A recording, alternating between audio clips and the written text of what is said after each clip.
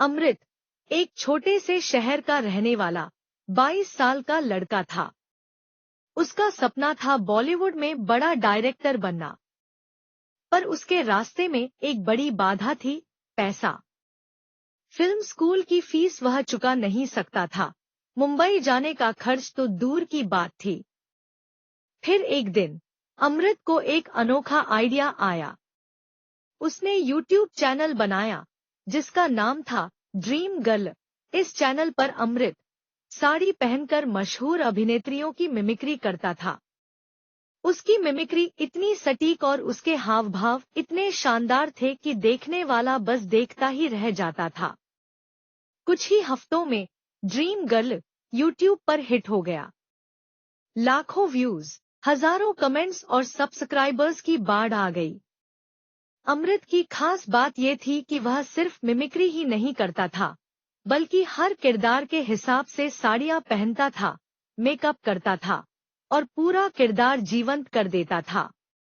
एक दिन अमृत को एक बड़े प्रोडक्शन हाउस ग्लैम स्टूडियो से कॉल आया।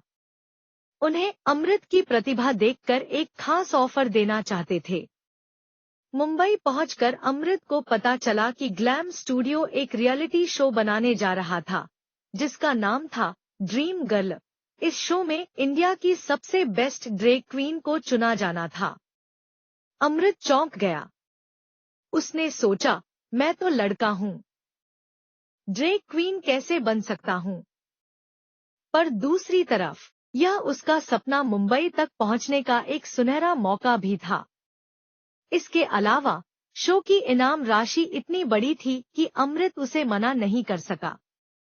कुछ देर सोचने के बाद अमृत ने ऑफर स्वीकार कर लिया।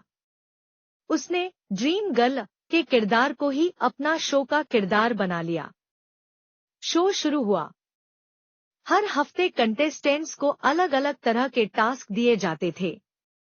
कभी उन्हें गाना होता, कभी नाचना, कभी डायलॉग बोलने होते, तो कभी किसी मशहूर अभिनेत्री का रैंप वॉक करना होता।